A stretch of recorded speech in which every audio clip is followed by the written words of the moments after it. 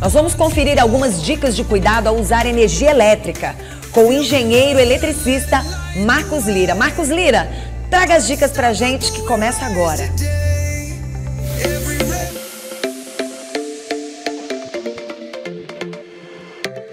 Viemos hoje à casa do engenheiro elétrico Marcos Lira. Ele que faz parte da Universidade Federal do Piauí e veio hoje nos dar algumas informações de como a gente pode ter cuidados com a parte elétrica dentro da residência, da fábrica, da sua empresa.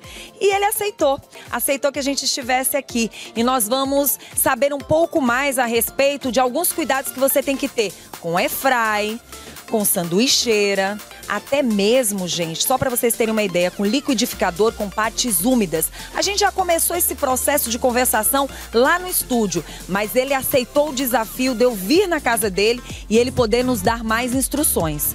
Vamos saber agora o que ele vai nos dizer a partir de agora. Vamos lá? Bom, estar hoje aqui na sua casa, você ter nos recebido e a gente poder falar sobre um assunto seríssimo e que muitas vezes as pessoas não levam tão a sério, que é essa parte elétrica, pra gente é um prazer. Muito obrigada. Eu que agradeço a receptividade aqui de vocês, é muito importante pra gente falar dessa tão importante temática, que é dúvida de muitos telespectadores, né, meu Deus? Falar de segurança envolvendo eletricidade e também das boas práticas de consumo de energia elétrica. Você sabe que aquela conversa que a gente teve dentro do estúdio foi uma conversa que chamou muito atenção, principalmente quando você falou a respeito de uma sanduicheira, presta atenção, hein? Valer por 10 televisores de 32 polegadas. Teve muita gente que ficou assim de boca aberta. É o exemplo clássico de que tamanho não é documento, né? Porque a sanduicheira pequenininha representa o equivalente a 10 aparelhos de televisão. Nossa! E agora, gente, ele separou alguns ambientes da casa dele para que ele pudesse nos mostrar de verdade os cuidados que a gente tem que ter na hora de manusear, na hora de economizar e principalmente evitar choques elétricos. E a gente já vai começar logo pelo quarto. Vamos começar por um dos grandes vilões do consumo de energia, que é o ferro de passar. Vamos lá? Vamos lá? Bom, gente, já estamos aqui em um dos quartos, onde tem uma tábua de passar e este ferro. O que a gente pode falar do ferro quando o assunto é consumo e, ao mesmo tempo, os cuidados que a gente tem que ter?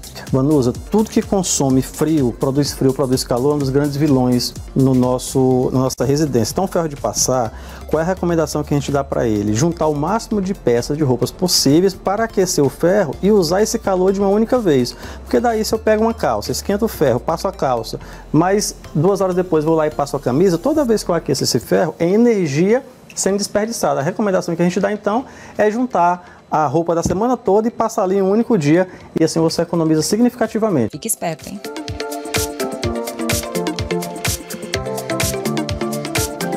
Agora nós estamos aqui em um dos outros cômodos da casa, que é o quarto que tem o ar-condicionado.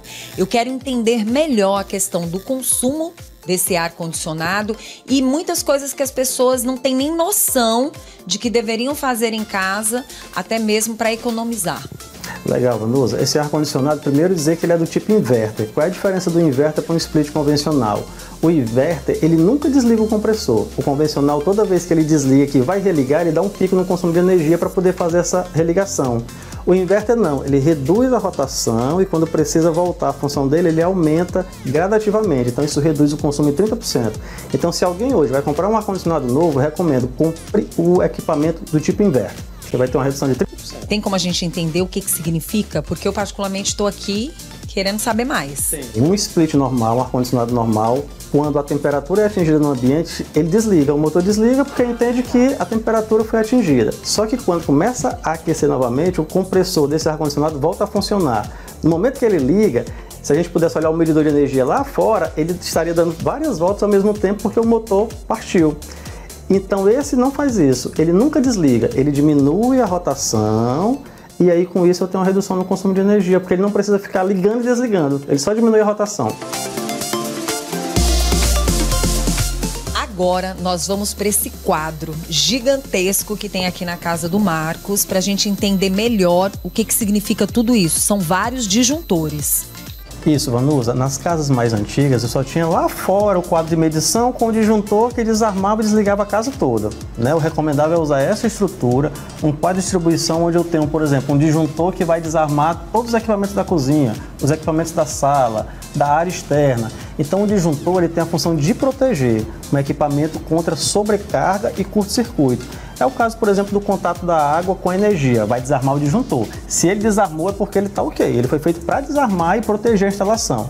Agora uma curiosidade, se alguém toma um choque naquele equipamento, o disjuntor não protege. Quem protege é esse outro equipamento aqui, chamado disjuntor diferencial residual.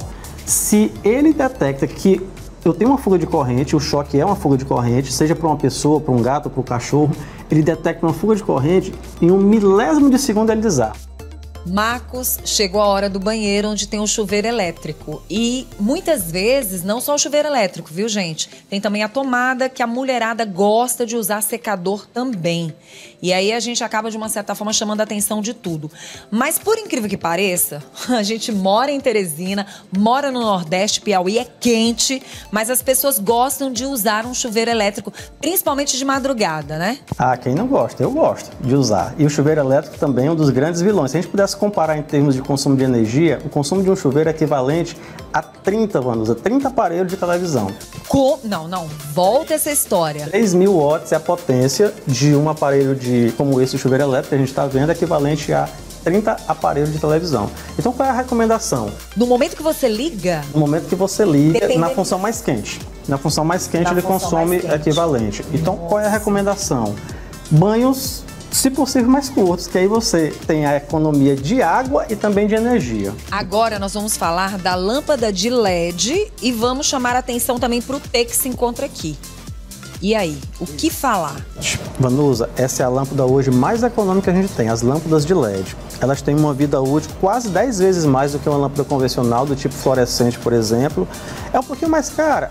Mas vale a pena pela durabilidade dela e pela economia que ela te dá. Ela economiza quase 80% em relação a uma lâmpada convencional. Então, recomendo fortemente o uso das lâmpadas de LED. E o T, que a gente sempre diz, olha o exemplo que a gente estava falando agora há pouco, o pino do meio que foi retirado. Então esse é um T onde, Marcos, por que se recrimina o uso do T, não se recomenda o uso do T e a gente encontra a venda? O T ele é indicado para ligar equipamentos que consomem pouca energia. Se eu ligar aqui 3 carregadores de celular, ou 2 celulares e um notebook, não tem problema nenhum. O problema é que as pessoas vão ligar um micro-ondas, uma máquina de lavar e um ferro de passar. Só o ferro de passar já vai forçar a capacidade máxima que esse equipamento tem de conduzir corrente.